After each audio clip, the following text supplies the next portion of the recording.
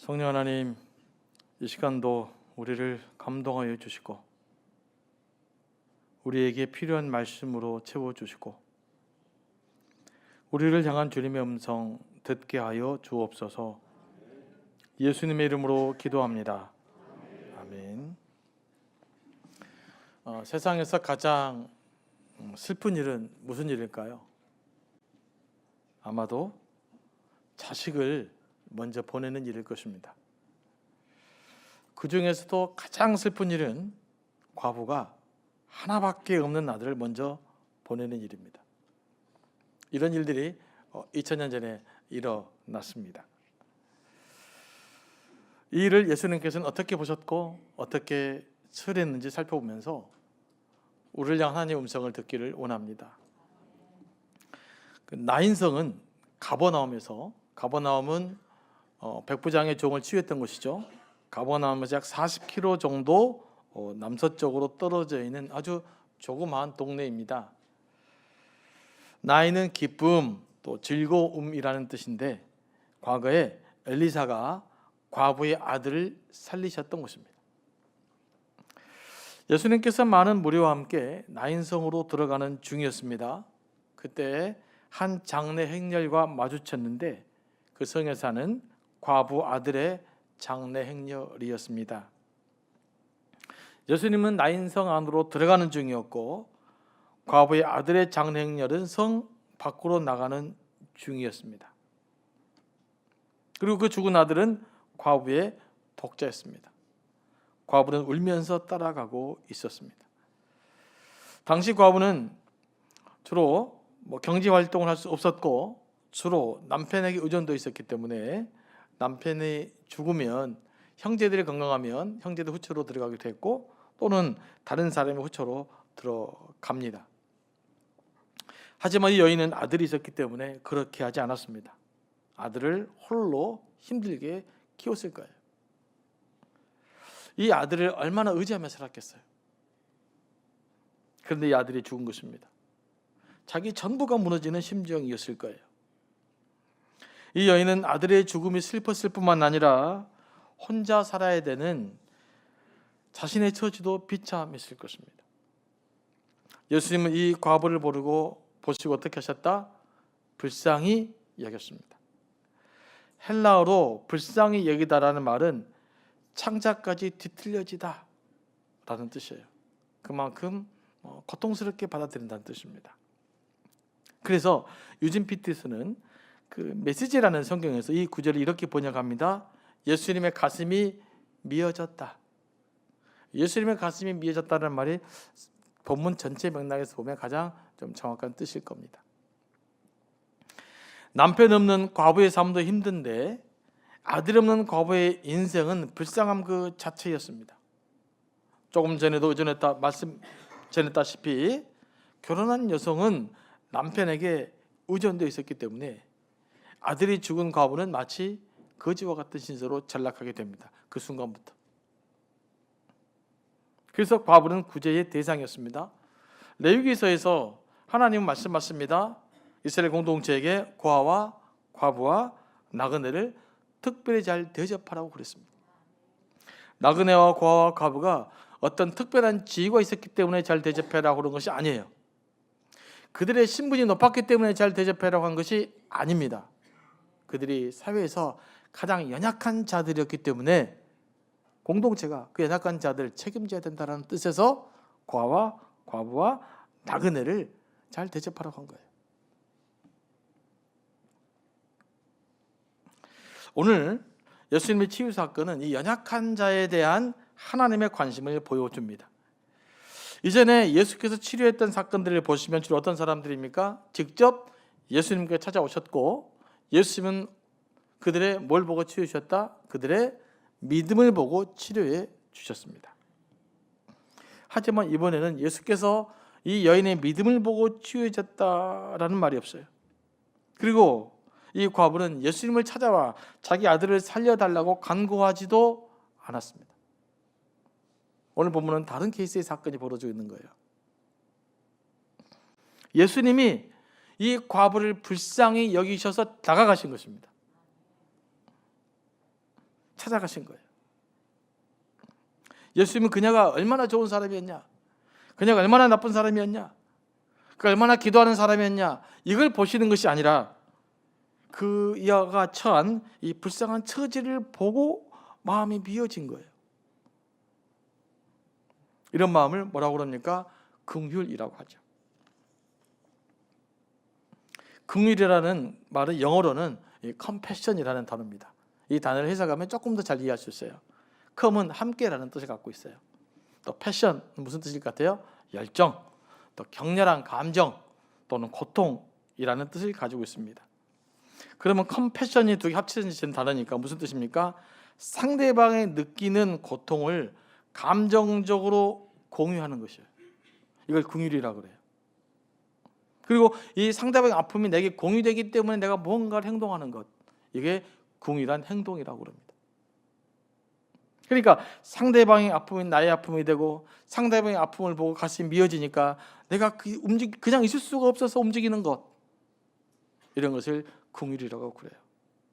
그래서 실은 긍휼이라는 단어는 조금 뭔가 주도자가 있고 그다음에 뭔가 이끌림 당한 자가 있는 느낌이라면, 이 컴패션이라는 말은 뭡니까? 같은 입장으로 같이 가는 거예요.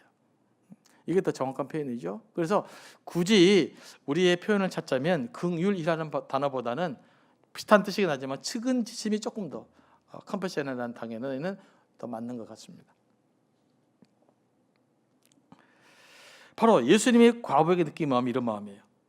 그래서 이 과부에게 다가간 것입니다. 예수님 지금도 연약하고 불쌍한 자를 찾아오시는 분이십니다. 미처 우리가 주님을 찾지 못한 그 순간일지라도 주님은 우리의 연약함과 아픔을 보시고 가만 있는 분이 아니라 팔짱 끼고 구경하는 분이 아니라 이 연약한 우리를 보고 찾아오십니다. 우리를 위로해 주시기를 원하십니다. 자녀가 아프고 힘들어할 때 가슴이 누가 미어집니까? 부모님이 미어지죠. 예수님은 아들이 죽은 과부를 이런 마음으로 바라보신 거예요. 우리 인생도 때때로는 과부처럼 연약해집니다. 가족이나 내가 의지해왔던 사람이 죽거나 떠날 때, 내게 소중한 것들의 상실을 경험할 때, 사업이 힘들어 보신 적 있으십니까? 사업이 힘들거나 망하거나 또는 건강이 무너질 때, 사람들에게 큰 상처를 받거나 스트레스로 무기력해질 때 우리는 과부처럼 연약해집니다. 벼랑 끝에 몰린 인생, 아무것도 의지할 것이 없어 눈물로 탄식할 때 우리는 과부처럼 연약해집니다. 돈이 많아도 과부처럼 연약해지고 큰 권력을 가져도 과부처럼 연약해집니다. 살다 보면 이런 연약한 순간들이 얼마나 많은지 몰라요. 그렇지 않습니까? 아무리 강하게 보인 사람 같아도, 아무리 얼굴에 희색이 만연한 사람 같아도 남모를 한숨과 남모를 탄식과 남모르게 흐르는 눈물의 시간들이 있는 거예요. 아무리 권력이 많은 사람도 돌아서면 남몰래 흘릴 수밖에 없는 탄식과 눈물이 있는 거예요. 그때는 누구나 다 연약해집니다. 예수님은 이런 우리 연약함을 보시고 어떠신다고요? 방관자가 아니라 예수님도 같이 가슴이 미어지십니다. 같이 아파하시고 같이 힘들어한 분이십니다. 그래서 우리를 찾아와 도와주시는 거예요. 수고하고 무거운 짐을 예수님께 내어놓으라고 말씀하십니다. 우리의 멍에를 같이 져주겠다고 말입니다. 여러분, 고통스러운 일이 있으십니까? 혼자 아무것도 해결할 수 없어서 몸부림치는 순간도 있으십니까? 이렇게도 안 되고 저렇게도 안 되는 순간도 있으십니까? 그때 어떻게 되겠습니까? 나를 긍휼히 여기시는 예수님께 나가시기 바랍니다. 예수님 우리를 함께 해주시고 우리를 회복시켜 주실 것입니다. 여러분, 신앙은 여러분 혼자 해결하려고 발버둥 치는 게 신앙이 아니에요. 내가 할 수 없습니다. 손 들고 주님께 나아가는 것입니다. 그래서 주님께서 해결해 주심을 직접 경험할 때 비로소 우리 믿음이 성장해 가고 신앙생활에 살맛 나는 것이 되는 것이에요. 그뿐만 아니라 우리는 죄로 인해서 연약해집니다. 그 연약함이 바로 심판에 대한 두려움입니다. 사망에 대한 두려움입니다. 우리 모두에게는 그래서 어둠에 대한 공포, 죽음에 대한 공포가 있습니다. 누구나 다 있습니다. 유럽을 전쟁의 도가니로 몰고 갔던 히틀러조차도 이 공포에서 자유롭지 못했습니다. 히틀러는 의심이 많았고 불안해서 그는 날마다 잠을 제대로 자지 못했습니다. 그는 그 잘 때 베개 밑에다가 권총을 두고 잤다고 그래요. 여러분, 그 잠이 얼마나 편했겠어요? 하루를 편하게 잘 수 있었겠습니까? 우리 모든 인간들은 바로 죄로 인한 공포와 두려움에서 자유롭지 못합니다. 바로 이런 연약함에서 우리를 해방시키기 위해서 예수님께서 이 땅에 오셨습니다.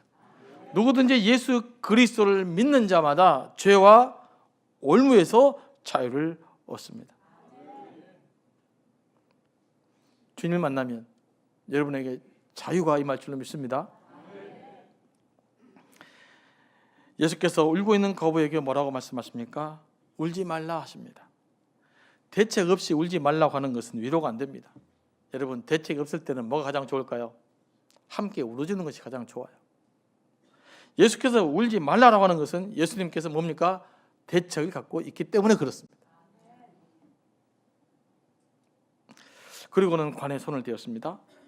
여기서 말하는 관은 우리가 성경을 읽다 보면 한글과 좀 오해되는 헷갈리는 것들이 있어요. 관, 그러면 우리가 생각하는 목관이 아니에요. 서민들은 긴 이 버드나무 가지로 세공한 것들에 시체를 그 위에 놓고 그 위에 세마포를 씌우고 운반합니다. 제가 이 자료를 찾기 위해서 동영상이었는데 한 컷만 딱 그 스냅으로 찍었습니다. 이런 형태가 가장 가까워요. 고정적으로. 저 들것 같이 보이죠? 그 밑에 하얀 천이 쌓여져 있죠? 시체 위에 쌓아놓은 거. 저게 당시에 가난한 서민들이 했던 그냥 그 장례 행렬이에요. 저기 예수께서 손을 대신 겁니다.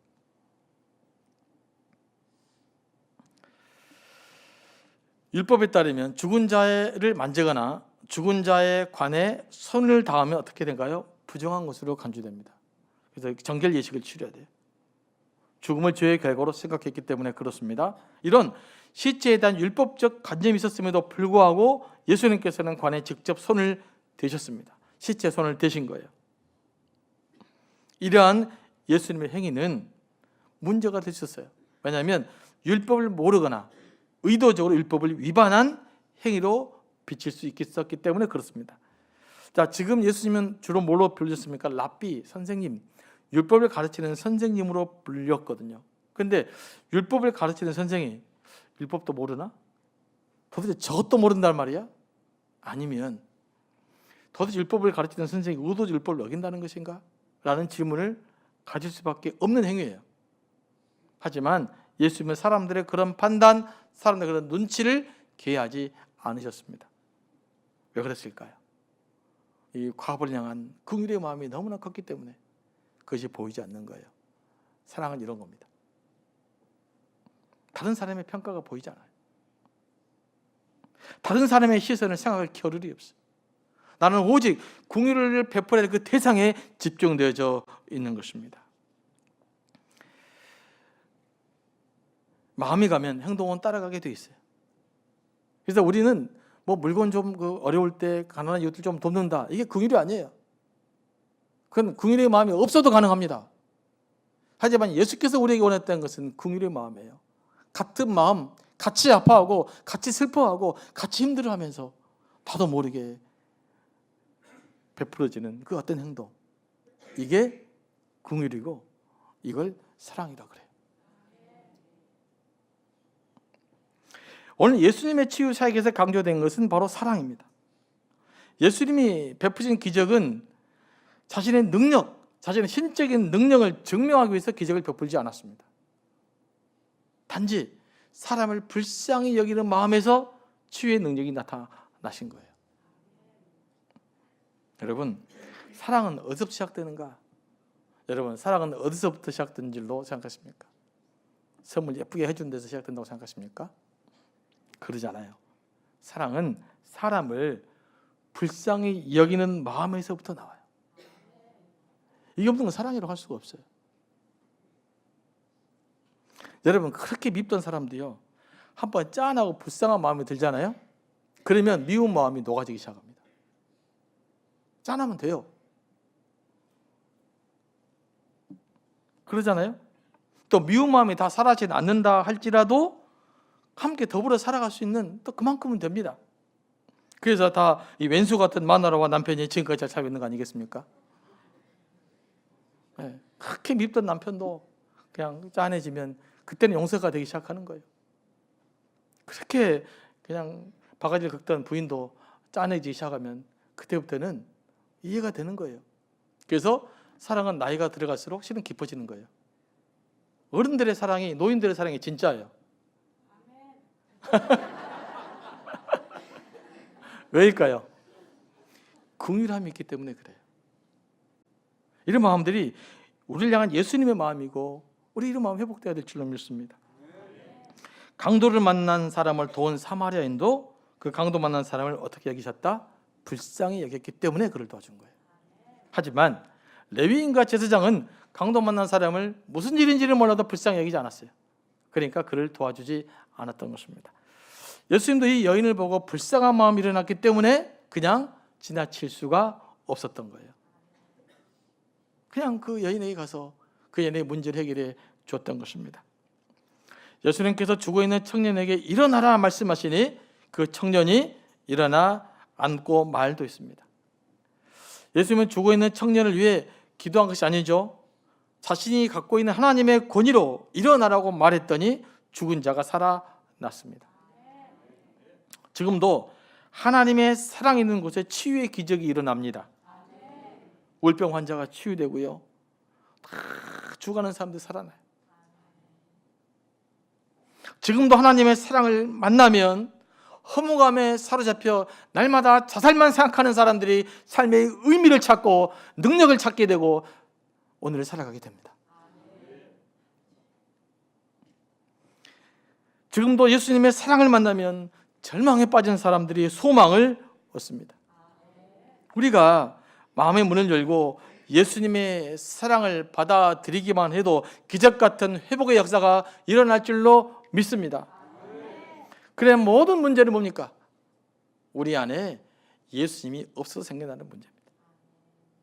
하나님의 사랑의 결핍, 예수 그리스도의 사랑의 결핍이 문제예요. 여러분, 모든 문제 있으십니까? 해결되지 않은 문제도 있으십니까? 그러면 다시 그 빈 자리를 예수 그리스도의 사랑으로 채우시기 바랍니다. 가슴이 미워져서 내 문제를 해결하기 위해 찾아오신 예수 그리스도, 그분을 영접하시기 바랍니다. 놀라운 일이 여러분 삶 가운데 일어날 거예요. 오늘 본문에서는 예수님께서 청년을 어머니에게 주었다라고 말합니다. 이는 청년의 생명의 주권이 누구에게 있다? 예수님께 있다는 것을 말합니다. 아들의 생명을 되찾아 주시는 분은 예수님이십니다. 영어로 주다라는 뜻이 대표적으로 두 가지가 있는데, 하나는 기브라는 뜻이 있어요. 주다. 또 하나는 프레젠트, 주다라는 뜻이죠. 그런데 프레젠트를 명사화시키면 뭐가 됩니까? 선물이 돼. 근데 제가 영어 번역을 봤더니 주다 쓸 때 프레젠트라는 단어를 쓰더라고요. 그냥 준 게 아니에요. 선물처럼 그 아들의 생명을 그 어머니에게 돌려준 것입니다. 저는 여기서 우리 은혜의 원리를 발견합니다. 은혜는 일방적으로 하나님께서 우리에게 부어주시는 것입니다. 내가 뭘 했기 때문에. 이 과부가 예수님께 한 건 아무것도 없어요. 그냥 예수님께 찾아오신 거예요. 그 아픔을 위로해 주시기 위해서. 우리도 과부의 아들처럼 영적으로는 죽은 존재였는데 예수님께서 우리에게 생명을 돌려주신 것입니다. 그걸 구원이라고 합니다. 하나님의 자녀라고 그래요. 여러분은 구원받은 하나님의 자녀인 줄 믿으시기 바랍니다. 이 사건을 목격한 백성들의 반응은 첫째, 두려워하며 하나님께 영광을 돌렸습니다. 하나님께서 그들 가운데 일하심을 깨닫고 하나님을 경배하는 것입니다.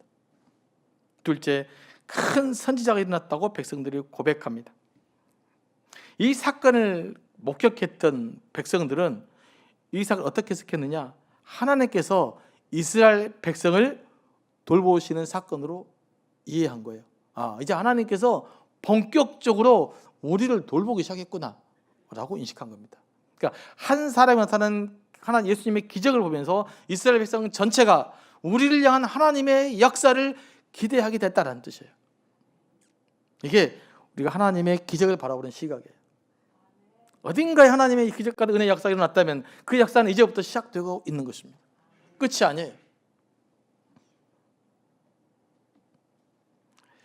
여기서 돌보다라는 뜻은요, 이것도 뭐 헬라어가 많이 영향을 받았는데 그 의사가 환자를 돌보는 거 있지 않습니까? 똑같은 단어예요.